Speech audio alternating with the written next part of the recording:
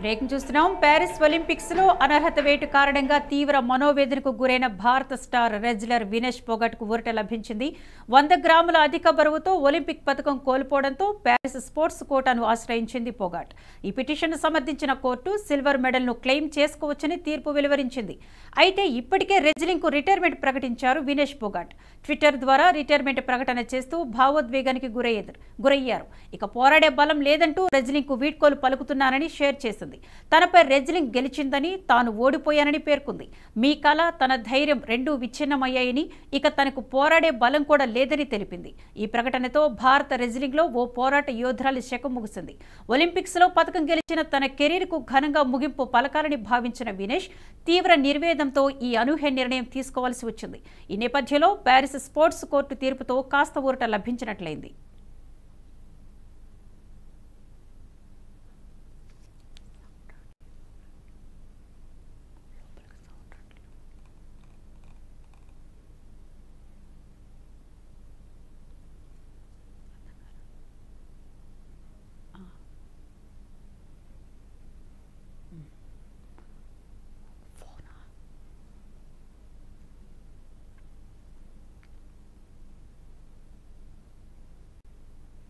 Breaking చూస్తున్నాం. Paris Olympics లో అనర్హత వేటు కారణంగా తీవ్ర మనోవేదనకు గురైన భారత స్టార్ రెజ్లర్ వినేష్ పోగట్ కు ఊరట లభించింది. ఇక ఇదే అంశానికి సంబంధించి మరింత సమాచారం మా ఎగ్జిక్యూటివ్ శివప్రసాద్ లైవ్ లో అందిస్తారు. శివప్రసాద్, చెప్పండి, ఈ పోగట్ కు ఊరట లభించింది, దీనికి సంబంధించిన డీటెయిల్స్ ఏంటి? ప్రధానంగా ఇప్పటిదాకా జరిగినటువంటి ఎపిసోడ్ కనుక మనం చూసినట్టయితే కేవలం 100 గ్రాముల వెయిట్ అధికంగా ఉందనే కారణంగా కరెక్ట్గా ఫైనల్ పోటీకి ముందు కొన్ని గంటల ముందు వినేష్ పోగట్ని సస్పెండ్ చేస్తూ, అంటే టోర్నమెంట్ నుంచి సస్పెండ్ చేస్తూ నిర్ణయం తీసుకుంది ఐఓఏ. ఆ నిర్ణయంతో ఆమె చాలా అప్సెట్ అయింది. అక్కడి నుంచి తీవ్రమైనటువంటి మనోవేదనకి గురైంది. దాని గురించి చాలా చర్చోపచర్చలు జరిగినాయి. ఆమెను ఎప్పుడైతే తప్పించారో పోటీ నుంచి, ఆమెను అనర్హురాలుగా ఎప్పుడైతే ప్రకటించారో ఆ క్షణం నుంచి భారత్లో తీవ్రమైనటువంటి వ్యతిరేకత వ్యక్తమైంది. ఇప్పటి వరకు ఖచ్చితంగా అమ్మాయి సెమీఫైనల్కి దూసుకెళ్ళింది కాబట్టి అప్పటి వరకు సెమీఫైనల్కి వెళ్ళేటటువంటి దారిలో వరుసగా 3 అద్భుతమైనటువంటి విజయాలు సాధించింది. ముఖ్యంగా వరల్డ్ ఛాంపియన్షిప్ గెలిచినటువంటి క్రీడాకారిణిని ఓడించి ఆమె సెమీఫైనల్లో ఓడించి ఫైనల్కి చేరింది. ఇట్లాంటి నేపథ్యంలో ఆమెకు సంబంధించి చాలా తీవ్రమైనటువంటి విమర్శలు వచ్చాయి భారతదేశం నుంచి. ఈ రకమైనటువంటి వ్యవహార శైలి కరెక్ట్ కాదు, దీంట్లో ఏది జరిగింది అనేటటువంటి అనుమానాలు తీవ్రంగా వ్యక్తమైనాయి. అంతకు ముందు రౌండ్ వరకు 50 kgsకి కరెక్ట్గా ఉన్నటువంటి ఆమె ఒక్కసారిగా ఫైనల్కి వచ్చేసరికి 100 గ్రాములు ఎందుకు బరువు పెరిగింది, దీని వెనకాల కారణాలు ఏమున్నాయనేటటువంటి తీవ్రమైనటువంటి చర్చ జరిగింది. అనేక రకాల వాదోపాదాలు జరిగినాయి. ప్రధానమంత్రి నరేంద్ర మోడీ స్వయంగా ఆయన మాట్లాడారు, ట్వీట్ చేశారు. దానికి సంబంధించి విజేతమే, ఎప్పటికీ నీ వెనకమే ఉన్నాం అని చెప్పి ఆయన వ్యాఖ్యానించారు.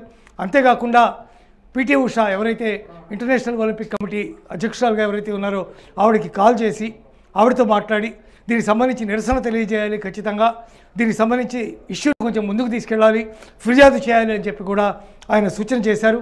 ఆ మేరకు ప్యారిస్లో ఉన్నటువంటి ఆర్బిట్రేషన్ కోర్టు ఏదైతే ఉందో స్పోర్ట్స్కి సంబంధించి దానికి పిటిషన్ వేశారు.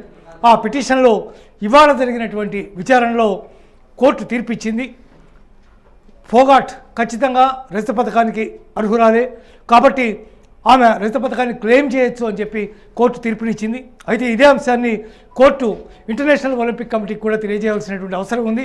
ఆ తెలియజేసిన తర్వాత దీని మీద ఏదో ఒక నిర్ణయం వెలువడే అవకాశం ఉంది.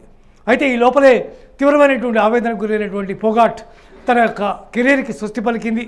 ఆ మేరకు ఆమె ట్వీట్ చేసింది, నా కెరీర్ ముగిసిపోయింది, నేను ఇక పోరాడేటటువంటి ఓపిక నాకు లేదు, కుస్తీ నా మీద విజయం సాధించింది అని చెప్పి ఆమె వ్యాఖ్యానించింది. ఇవన్నీ కూడా చాలా బాధాకరమైనటువంటి పరిణామాలు. దీని మీద స్వర్ణ పథకం గెలుచుకున్నటువంటి క్రీడాకారిణి కూడా దీని మీద వ్యాఖ్యానించింది. పోగట్ అద్భుతమైనటువంటి ప్లేయర్, చాలా గొప్పగా ఆడింది, డెఫినెట్గా ఆమె ఇంకా ముందుకెళ్తుంది, చాలా అద్భుతమైనటువంటి రెజ్లర్ ఆమె అని చెప్పి కితాబు కూడా ఇచ్చింది. ఇటువంటి నేపథ్యంలో ఇప్పుడు వచ్చినటువంటి ఆర్బిట్రేషన్ తీర్పు ఏదైతే ఉందో ఇది డెఫినెట్గా ఆమెకి ఊరట కలిగిస్తుంది అని చెప్పి భావించవచ్చు. ఇదే ఆదేశాలు ఐఓఏకి చేరిన వెంటనే వాళ్ళు అక్కడి నుంచి ఈ పథకానికి సంబంధించినటువంటి అంశంలో ప్రకటన విడుదల చేసే అవకాశం ఉంది. అయితే జాయింట్ రజత పథక విన్నర్స్గా ఇస్తారా, లేదా ఆ రజత పథకాన్ని మీకు ఇచ్చి రజత పథకాన్ని గెలుచుకున్న ఆమెకి కాంస్యం ఇచ్చి కాంస్య పథకం ఎవరికైతే ఇచ్చారో వాళ్ళ దగ్గర నుంచి కాంస్య పథకాన్ని తీసేసుకుంటారా అనే విషయం మీద క్లారిటీ లేదు. ఐఓఏ ఎట్లా నిర్ణయం చేస్తుంది అనేది చూడవలసినటువంటి విషయం. కానీ ఏదేమైనా ఇది మాత్రం పోగాటికి చాలా ఊరట కలిగించేటటువంటి అంశంగా దీన్ని భావించవలసి ఉంది విద్య. అంటే మీరు అన్నట్టు ఆవిడ ముందాడిన గేమ్స్ వరకు ఒకే బరువు ఉండి సడన్గా బరువు పెరగడం కానివ్వండి, ఇప్పుడు కోచ్ న్యూట్రినిస్టులు వాళ్ళ వైఫల్యం కూడా కొంత ఉందని మనం అనుకోవచ్చు. డెఫినెట్గా అంటే అది చాలా రకాలైనటువంటి మానిటరేషన్ జరుగుతుంది దాని మీద. కోచ్, అట్లాగే ఫిజియో, ఆ తర్వాత డాక్టర్, ఇట్లాంటి వాళ్ళందరూ కూడా ప్రతిరోజు ఎప్పటికప్పుడు అన్ని పరిశీలిస్తూ ఉంటారు. ఆ రోజు రాత్రి తెల్లవారుజామున ఆమె నిద్ర ఇచ్చిన తర్వాత ఆమె వెయిట్ ఎంత ఉంది, ఏమైనా మార్పులు వచ్చాయా, ఏమైనా ఉందా, ఇవన్నీ కూడా వాళ్ళు చాలా నిశ్చితంగా పరిశీలిస్తారు ఎప్పటికప్పుడు. దాన్ని కంట్రోల్ చేసుకోవడానికి ఎట్లాంటి ఆహారం తీసుకోవాలి, ఏం తీసుకోవాలి, అవన్నీ కూడా వాళ్ళందరూ చాలా శ్రద్ధ వహించి చేస్తారు. ముఖ్యంగా ఇట్లాంటి పోటీల్లో ఎంత కేజీ సంబంధించినటువంటి పోటీ అయితే 50 కేజీలు, 53 కేజీలు, 60 కేజీలు, 74 కేజీలు ఇట్లా ఏదైతే డివిజన్స్ ఉన్నాయో ఆ డివిజన్స్లో వాళ్ళు కరెక్ట్గా దాన్ని తగినట్టుగా ఉండేటట్టుగా చూసుకుంటారు. అంటే 100 గ్రాములు ఉండడం కూడా అధికారికంగా అయితే తప్పిదం అయితే కావచ్చు, కానీ 100 గ్రాములు చాలా చాలా స్వల్పమైనటువంటి తేడా. అంటే గతంలో ఎప్పుడైనా ఎవరి మీద ఇట్లాంటి చర్యలు తీసుకున్నారనే దాని మీదకి మనకి ఎగ్జాంపుల్స్ అయితే కనిపించట్లేదు. కానీ ఏదేమైనా సరే డెసిషన్ చాలా హార్ష్గా ఉంది అనేది ప్రధానంగా వచ్చినటువంటి విమర్శ. దీంట్లో ఏదైనా కుట్రకోణం దాగుందా అనేటువంటి అంశం మీద కూడా కొంత ఆలోచిస్తూ ఉన్నారు. సరే ఏదేమైనా ఆమె చేసినటువంటి ఇండియాలో రెజ్లింగ్ ఫెడరేషన్ ఆఫ్ ఇండియా మీద ఆమె చేసినటువంటి పోరాటం, అనేక రకాల ఆరోపణలు, దాని మీద పార్లమెంటు దాకా ర్యాలీ చేయడం, ఇట్లా అనేక రకాలైనటువంటి అంశాలన్నీ కూడా ఈ రకమైనటువంటి వైఖరికి ఏమైనా దోహదం చేసినాయా? ఆమె పర్సనల్గా అక్కడ ఆమెను మానిటర్ చేస్తున్నటువంటి కోచ్ కానీ, లేకపోతే ఫిజియో కానీ, లేదా డాక్టర్ కానీ, ఇట్లాంటి వాళ్ళు ఎవరైనా దీంట్లో ఇన్వాల్వ్ అయ్యారా? ఈ అంశాలను కూడా పరిశీలించవలసి ఉంది. దాని మీద అధికారికంగా ఎట్లాంటి ప్రకటన ఇంతవరకు అయితే ప్రభుత్వం నుంచి లేదు. ఏదేమైనా అనేక రకాల కారణాలు ఉండొచ్చు దానికి. ఆమె దాని నుంచి తప్పించుకోవడానికి చాలా కష్టపడింది.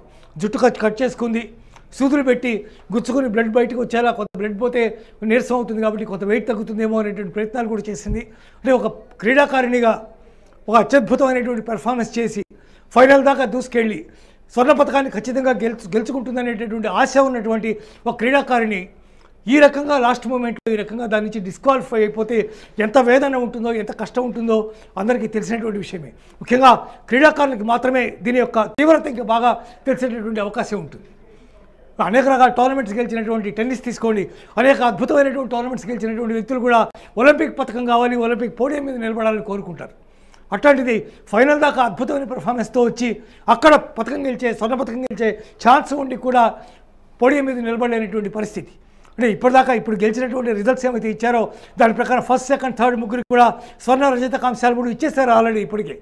మరి మళ్ళీ ఒకవేళ ఆర్బిట్రేషన్ ఇచ్చినటువంటి తీర్పు ప్రకారం ఒకవేళ అమ్మాయికి రజత పథకం ఇస్తే మళ్ళీ పోడియం మీద నిలబెట్టి మళ్ళీ ఇస్తారా, ఏం జరుగుతుంది, ఇవన్నీ కూడా వేచి చూడవలసినటువంటి పరిస్థితి ఉంది. దానికోసం ఐఓఏ ఎట్లాంటి డెసిషన్ తీసుకుంటుంది అనే దాని మీద కూడా ఆధారపడి ఉంటుందని చెప్పవచ్చు విద్య. అయితే ఇప్పటికే రెజ్లింగ్కు రిటైర్మెంట్ ప్రకటించారు వినేష్ పోగాట్. మరోవైపు స్పోర్ట్స్ కోర్టు మాత్రం ఆవిడికి సిల్వర్కి అర్హురాలే అని ఇచ్చిన నేపథ్యంలో ఒలింపిక్ సంఘం ఏ నిర్ణయం తీసుకునే అవకాశం ఉంది? తాను రిటైర్మెంట్ ప్రకటించడానికి పథకం గెలుచుకోవడానికి ఎటువంటి సంబంధం లేదు. పథకం గెలుచుకున్నప్పుడు ఆమె రిటైర్మెంట్ అనౌన్స్ చేయలేదు కాబట్టి ఆవిడ పథక స్వీకరణకి ఆవిడ పూర్తిగా అర్హురాలే, అందులో ఎట్లాంటి ప్రాబ్లం కూడా లేదు.